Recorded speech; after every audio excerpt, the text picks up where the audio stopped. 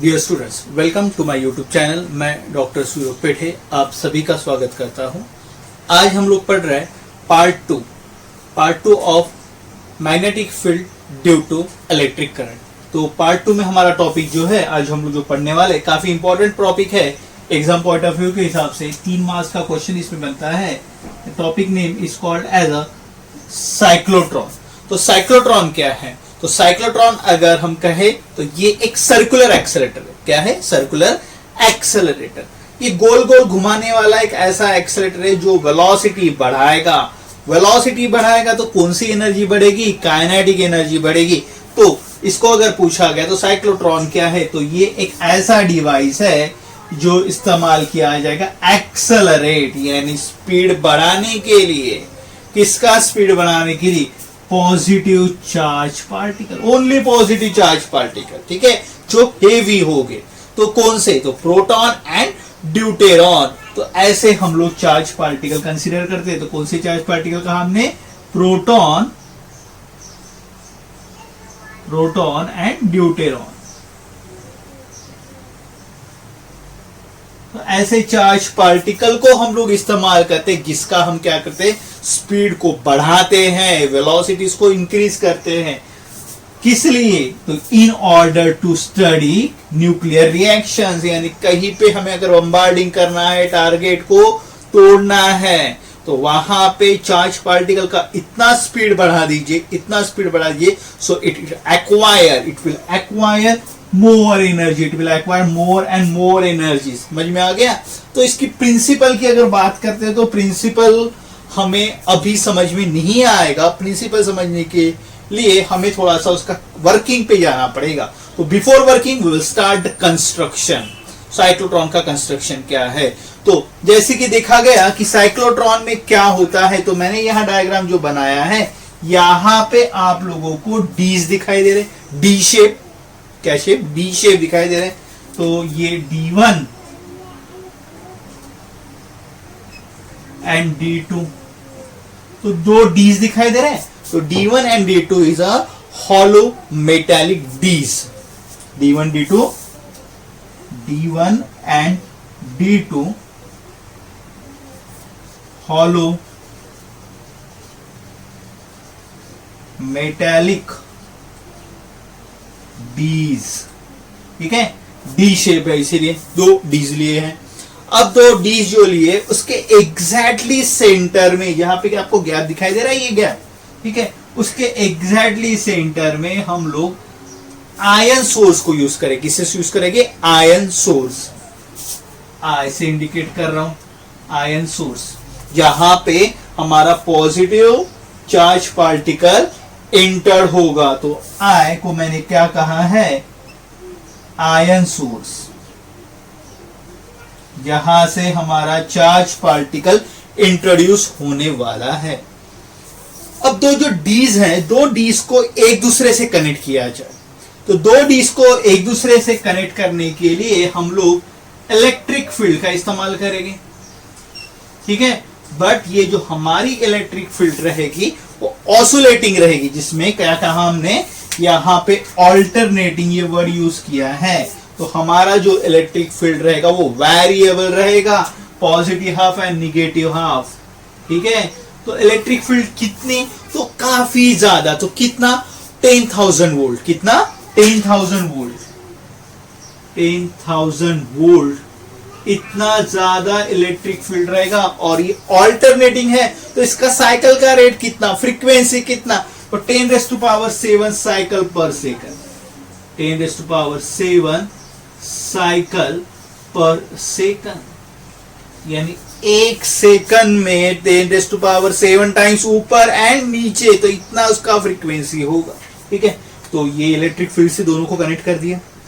अब बात करते हैं यहीं पे ही, इसी डीज पे, जैसे डीज हमने दिखाने के लिए ऐसा दिखाया है, बट ये डीज को हम ऐसा कंसीडर करेंगे, ये D1 और D2, और उसके ऊपर में मैग्नेटिक फील्ड एक्ट हो रही है। तो मैग्नेटिक फील्ड कैसी? यूनिफॉर्म। कैसी? यूनिफॉर्म मैग्नेटिक फील्ड, वो भी परपेंडिकुलर। तो uniform transverse magnetic field, uniform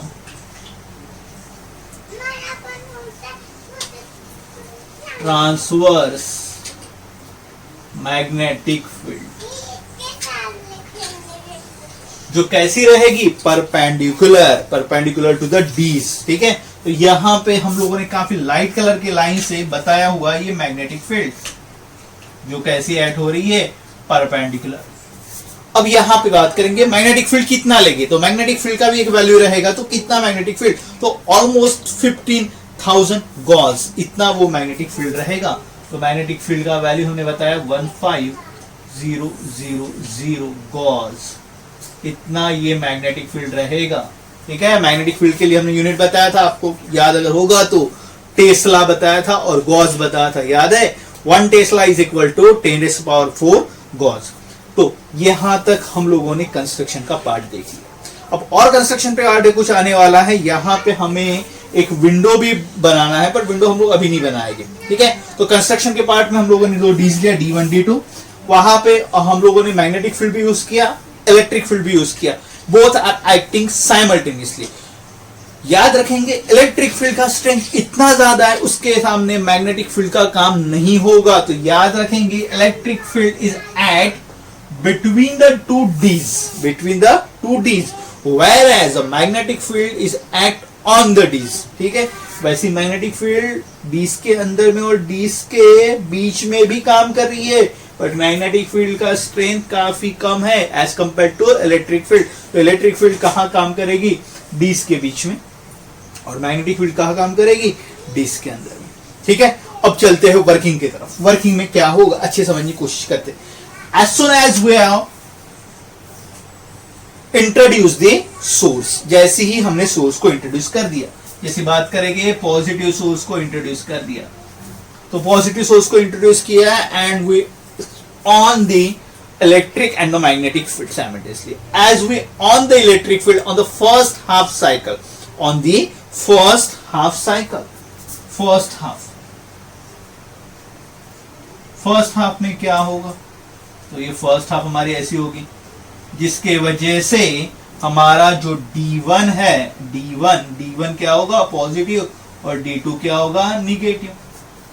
ठीक है, तो देखेंगे D1 क्या होगा, तो D1 होगा हमारा पॉजिटिव और D2 होगा निगेटिव। चलो बताओ, आयन जो पॉजिटिव है वो कहाँ जाएगा, तो पॉजिटिव की तरफ जाएगा नहीं, वहां रिपेल होगा। तो इट विल बी, जो रेस्ट में था आपने जस्ट इंट्रोड्यूस किया था, जिसका वेलोसिटी 0 था, वो कहां भागते चला, तो वो गया D2 के तरफ। कहां भागे चला, D2 के तरफ। अब ये सीधा जाएगा क्या, उसे भगाया किसने, इलेक्ट्रिक फील्ड ने। अब वो जब डीज के अंदर जा रहा है, डीज के अंदर कौन सा फील्ड ऐड हो रहा है, तो डीज के अंदर में हमने कहा मैग्नेटिक फील्ड, वो भी कैसे ऐड हो रहा है, ट्रांसवर्स। तो हमने प्रीवियस लेक्चर में पढ़ा था, जब चार्ज पार्टिकल पे मैग्नेटिक फील्ड परपेंडिकुलर एक्ट होती है, then it follow circular path. तो due to the transverse magnetic field it will follow circular path. तो ये सर्कुलर पाथ फॉलो किया, समझ में आ गया। अब ये सर्कुलर पाथ फॉलो किया और D2 के एंड पे पहुंचा, D2 के एंड पे। अब क्या होगा, जितना वक्त उसे आधा चक्कर लगाने में लगा है, उतने ही वक्त में ये साइकिल हमारे ऑल्टर हो जाएगा, उल्टा। तो सेकंड हाफ में क्या होगा, तो सेकंड हाफ में हमारा यही साइकिल उल्टा हो जाएगा, यानी कुछ इस तरह दिखेगा। तो ये हमारा निगेटिव और ये पॉजिटिव। तो D2 क्या हो जाएगा हमारा, तो D1 हो जाएगा पॉजिटिव, D1 हो जाएगा निगेटिव और D2 होगा पॉजिटिव। तो उल्टा हो जाएगा। As soon as cycle is reversed and the ion is reached within the gap, then again it will accelerate, क्योंकि अभी ये क्या हो गया है, निगेटिव, और ये क्या हो गया, पॉजिटिव। तो ये क्या होगा, again accelerate within the gap. Again enter in the dees में कौन सा फील्ड, मैग्नेटिक फील्ड, उसके वजह से अगेन कौन सा पाथ, सर्कुलर पाथ। यही प्रोसेस हमारा रिपीट होगा। ठीक है, तो मैग्नेटिक फील्ड का काम है गोल घुमाना, इलेक्ट्रिक फील्ड का काम है धक्का देना। समझ में आ रहा है। तो यहां से फिर से इलेक्ट्रिक फील्ड क्या काम देगा, धक्का देगा, यानी क्या करेगा, एक्सेलरेट। मैग्नेटिक फील्ड क्या करेगा, फिर से रोटेट, यानी हमारा जो साइकिल है वो कंटिन्यूसली ऑल्टर होते जा रहा है। और एक्सेलरेशन कंटिन्यूसली शुरू है, तो आपने अगर ऑब्जर्व किया है तो यहां पे धीरे धीरे रेडियस बढ़ रहा है धीरे धीरे रेडियस।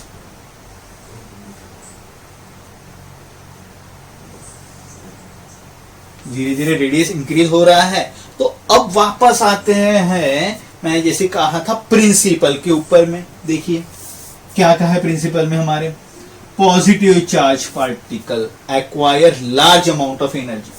पॉजिटिव चार्ज पार्टिकल, ये देखो ये पॉजिटिव चार्ज पार्टिकल चक्कर लगा रहा है, पहला चक्कर, दूसरा चक्कर, तीसरा चक्कर, क्या अमाउंट एक्वायर कर रहा है, लार्ज अमाउंट ऑफ एनर्जी। अब ये एनर्जी कौन सी, तो काइनेटिक एनर्जी। अब इंक्रीज कैसे हो रही है, पहले देखिए आपने कहा कि आपने सोर्स को इंट्रोड्यूस किया था जब चार्ज पार्टिकल बाहर आया था तो उसका वेलोसिटी कितना था, 0, रेस था। पहले चक्कर में स्पीड बढ़ा, फिर से दूसरे स्पीड चक्कर में और ज्यादा स्पीड बढ़ा, तीसरे में और ज्यादा स्पीड बढ़ा। जितने ज्यादा वो चक्कर लगा रहा है उतना उसका स्पीड बढ़ते जा रहा है, यानी उसका एनर्जी धीरे धीरे बढ़ रहा है। ये कब हो रहा है, when it is accelerated by, कौन एक्सेलरेट कर रहा है, इसको धक्का लगाने का काम कौन कर रहा है, इलेक्ट्रिक फील्ड कर रहा है। जब जब वो गैप के बीच में आ रहा है तब तक इलेक्ट्रिक फील्ड उसको धक्का दे रहा है आगे जाने के लिए, ठीक है। और passing through electric field again and again, फिर से धक्का देने के लिए कौन रिस्पॉन्सिबल है, तो उसमें से उसको पास करने के लिए कौन रिस्पॉन्सिबल है, मैग्नेटिक फील्ड। तो मैग्नेटिक फील्ड का काम क्या है, इलेक्ट्रिक फील्ड से बार बार वो पास हो, और इलेक्ट्रिक फील्ड क्या करेगा, जब जब वो पास होगा तब तक उसे धक्का देगा, उसका स्पीड बढ़ाएगा, ठीक है। तो इस तरह हम लोगों का ये वर्किंग होता है। अब हम आगे थोड़ा बात करते हैं, जैसे साइकिल रिवर्स हो रहा है, वो एक्सेलरेट हो रहा है, ठीक है। अब ये कब तक गोल गोल घूमता रहेगा, अगर अंदर ही गोल गोल घूमता रहेगा तो वो बाहर नहीं आएगा, और बाहर नहीं आएगा तो हमारे कोई काम का नहीं है, ठीक है। तो इससे इस्तेमाल करना है, इसे यूज करना है, तो इस आयन की जो एनर्जी गेन किया उसको बाहर निकाला जाए। और बाहर निकालने के लिए हमें लगेगा विंडो। हमने यहां एक विंडो बना दिया,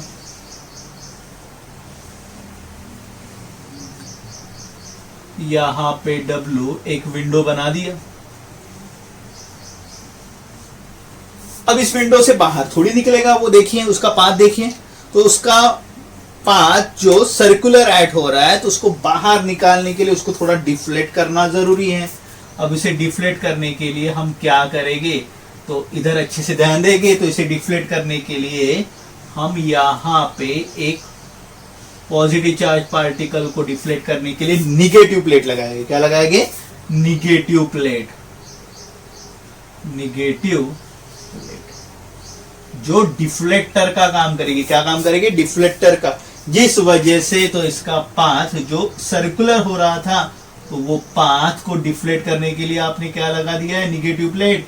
इसके वजह से ये आपका पॉजिटिव चार्ज पार्टिकल जिसने काफी ज्यादा एनर्जी गेन किया है, उसको हमने कहां से बाहर निकाल लिया, विंडो से। समझ में आ गया।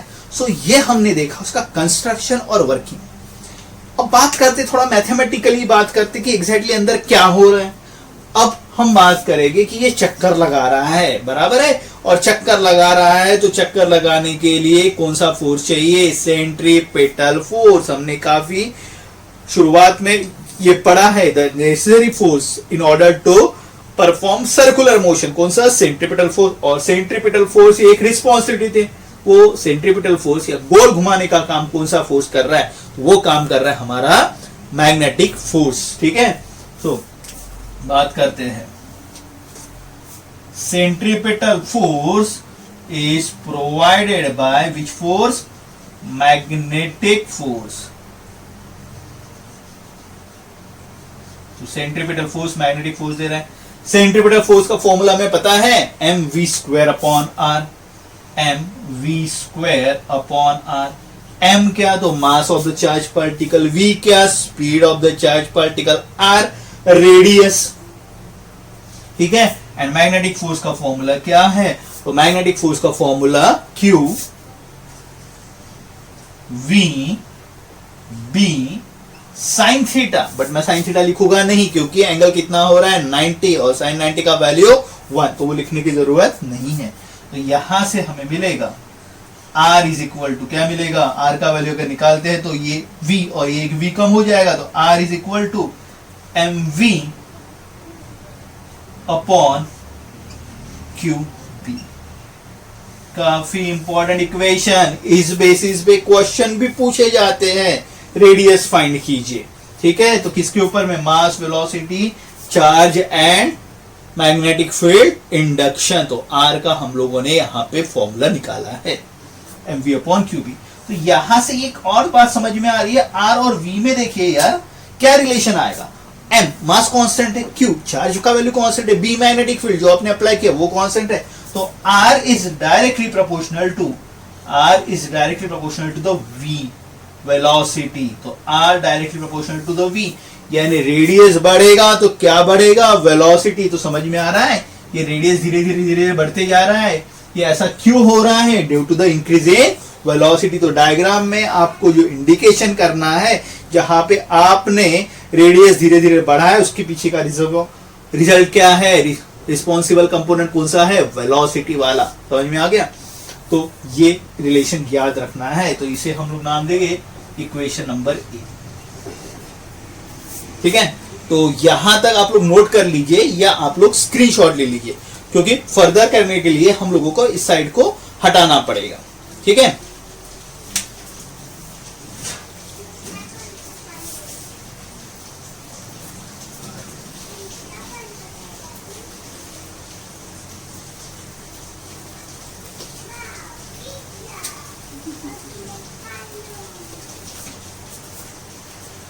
हाँ, तो आगे की बात करते हैं। अब हम क्या निकालेंगे, अब हम लोग निकालने वाले टाइम पीरियड। रेडियस का निकाल लिया हम लोगों ने, यहां रेडियस फाइंड कर लिया हम लोगों ने। अब फाइंड करेंगे टाइम पीरियड।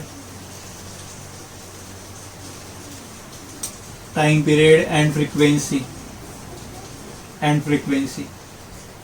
अब टाइम पीरियड का बेसिक फॉर्मूला, टाइम पीरियड यानी क्या, time required to complete one repetition. तो यहां रिपीटेशन क्या हो रहा है, सर्कुलर पाथ। तो एक सर्कुलर पाथ यानी कितना, 2 पाई r circumference upon its velocity v। ठीक है, तो यहां पे जो इक्वेशन नंबर ए में हमने r का वैल्यू निकाला है वो वहां पे पुट करेंगे। फ्रॉम a वैल्यूज पुट करते हैं, तो t will be 2 pi r की जगह v की जगह v, r की जगह mv upon QB। So the time period will be, देखिए अच्छे से, v कैंसिल हो जाएगा, क्या आएगा, 2 पाई m अपॉन QB। तो ये आ गया टाइम पीरियड। ठीक है, अब निकालते फ्रीक्वेंसी। तो फ्रीक्वेंसी के बारे में अगर बात करेंगे, नाउ फ्रीक्वेंसी, ठीक है, फ्रीक्वेंसी को f से इंडिकेट कर रहे हैं, तो फ्रीक्वेंसी f क्या होता है, टाइम पीरियड का बिल्कुल उल्टा। तो फ्रीक्वेंसी कितना आएगा, सो QB अपॉन 2 पाई m। तो ये फ्रीक्वेंसी किसकी है, तो ये फ्रीक्वेंसी साइक्लोट्रॉन का फ्रीक्वेंसी है, in order to reverse the cycle. तो ये frequency QB upon 2 pi m। अब अच्छे से समझिए, थोड़ा सा एक कंसेप्ट वापस आते कंस्ट्रक्शन पे। अगर हमने कहा कि यार आपका चार्ज पार्टिकल यहां पहुंच गया और आपका फील्ड ऑल्टर ही नहीं हुआ, यानी ऊपर का आपका निगेटिव हुआ ही नहीं, ऊपर का अभी भी पॉजिटिव है, तो ये पॉजिटिव और पॉजिटिव में क्या होगा, रिपल्शन। तो आगे एक्सेलरेशन होगा कि डी एक्सेलरेशन होगा, तो एक्सेलरेशन तो होगा नहीं। तो ये यहाँ पे अप्लाइड इलेक्ट्रिक फील्ड, कौन सी, अप्लाइड इलेक्ट्रिक फील्ड का फ्रीक्वेंसी और हमारा जो साइक्लोट्रॉन पहुंच रहा है, साइक्लोट्रॉन के अंदर जो चार्ज पहुंच रहा है उसका फ्रीक्वेंसी सेम होना चाहिए, तभी इसका वर्किंग पॉसिबल है। तो ये कौन सा फ्रीक्वेंसी, साइक्लोट्रॉन का फ्रीक्वेंसी, कौन सा, साइक्लोट्रॉन का frequency. That frequency must be equal to applied frequency FA, applied frequency, applied AC frequency किसके बराबर होना चाहिए, तो वो होना चाहिए FC, कौन सा फ्रीक्वेंसी, साइक्लोट्रॉन का फ्रीक्वेंसी। ये अगर होगा तो ही साइक्लोट्रॉन का वर्किंग कंडीशन पॉसिबल है, अदरवाइज पॉसिबल नहीं है। तो FA must be equal to FC, ये होना ही चाहिए, अदरवाइज साइक्लोट्रॉन का वर्किंग नहीं होगा। तो इस कंडीशन को, जहां frequency of applied and cyclotron equal होता है, उस कंडीशन को कहा जाता है रेजोनेंस कंडीशन। क्या कहते हैं? Resonance condition. समझ में आ गया? तो दिस इज रेजोनेंस कंडीशन। अब हम बात करते हैं, जैसे हमने कहा था इसके प्रिंसिपल पे, it acquired the higher energy. अब जब जब वो गैप में से जाएगा, तो due to the electric field it gain the energy. कितना? आपने जितना अप्लाइड वोल्टेज किया होगा, तो it almost E into V acquired the energy. तो energy due to the potential applied, तो EV एनर्जी होगा, तो उसका वैल्यू भी निकालते हैं।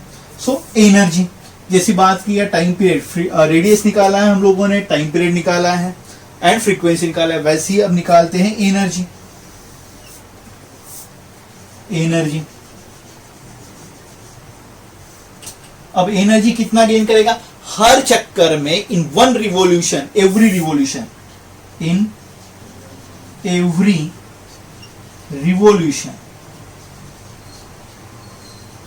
It acquired E into v. ये V है वोल्ट वाला, वेलोसिटी वाला नहीं। तो EV एनर्जी एक्वायर्ड करेगा। अब एग्जैक्टली कितना एनर्जी? जितना ज्यादा वेलोसिटी रहेगा उतना ज्यादा एनर्जी। तो maximum energy, that is the kinetic energy, maximum is equal to, क्या फॉर्मूला है काइनेटिक एनर्जी का? Half mv²। ये वेलोसिटी वाला v, ठीक है, पर v कौन सा? तो मैक्सिमम एनर्जी के लिए वेलोसिटी भी मैक्सिमम होना जरूरी है। वैल्यूज पुट करते हैं। अब v का वैल्यू कहां से लेके आए? तो v का वैल्यू हम लोग यहां से फिर से लेके आएंगे, जो हमने r के टर्म में लिखा था। तो इक्वेशन नंबर A जो था, वही से ही हम लोग v का वैल्यू निकालेंगे। तो यहां से हमारा v का वैल्यू क्या आएगा? देखिए, सो v will be R³ upon m। ठीक है, तो पुट करते हैं।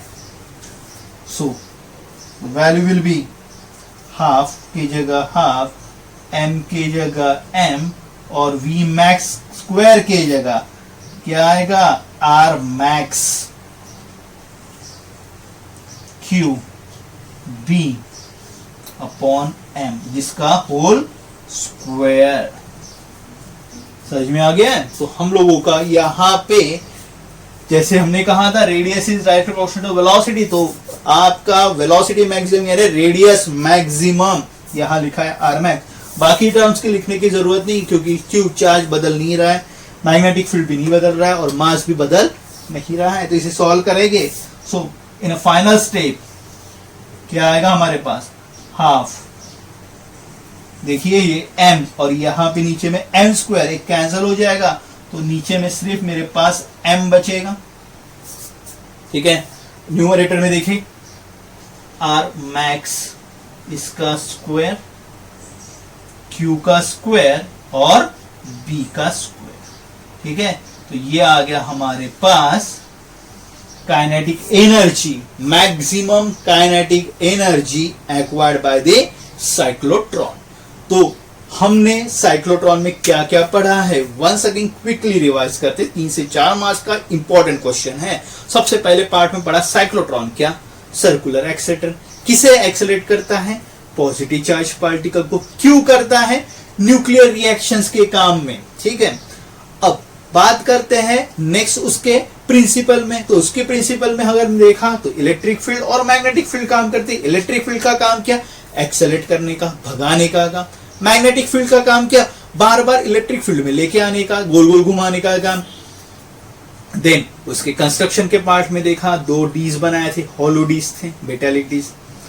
2 डीज को कनेक्ट करने के लिए इलेक्ट्रिक फील्ड लगा दिया, उसी के ऊपर मैग्नेटिक फील्ड साइमल्टेनियसली लगा दिया। बीच में इलेक्ट्रिक फील्ड काम करेगा और डीज के अंदर में मैग्नेटिक फील्ड काम करेगा।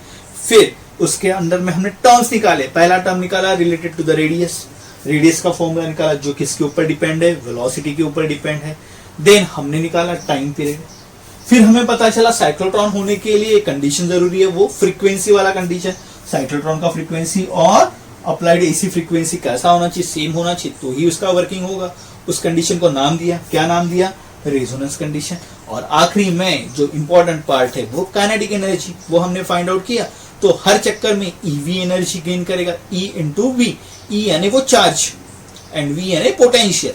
तो उसी को हमने काइनेटिक एनर्जी के टर्म में निकाला, हाफ एम वी मैक्स। तो इस तरह पे हम लोगों का काइनेटिक एनर्जी हम लोगों ने निकाला है। तो एग्जाम में बेसिकली ये एक थियोरेटिकल क्वेश्चन पूछा जा सकता है या इस रिलेटेड आपको एनर्जी फाइंड करने के लिए कहा जा सकता है। अब इसमें और थोड़ा कुछ चीजें अगर बात करते तो उसके कुछ लिमिटेशंस की, तो लिमिटेशंस वैसे हमारे सिलेबस में दिया नहीं है, बट याद रखेंगे साइक्लोट्रॉन का कंसेप्ट चार्जलेस पार्टिकल को अप्लाई नहीं होगा, न्यूट्रल पार्टिकल को नहीं होगा, और निगेटिव चार्ज पार्टिकल के लिए भी अप्लाई नहीं होगा, जैसे कि इलेक्ट्रॉन के लिए। So this is all about the cyclotron. Thank you for watching this video.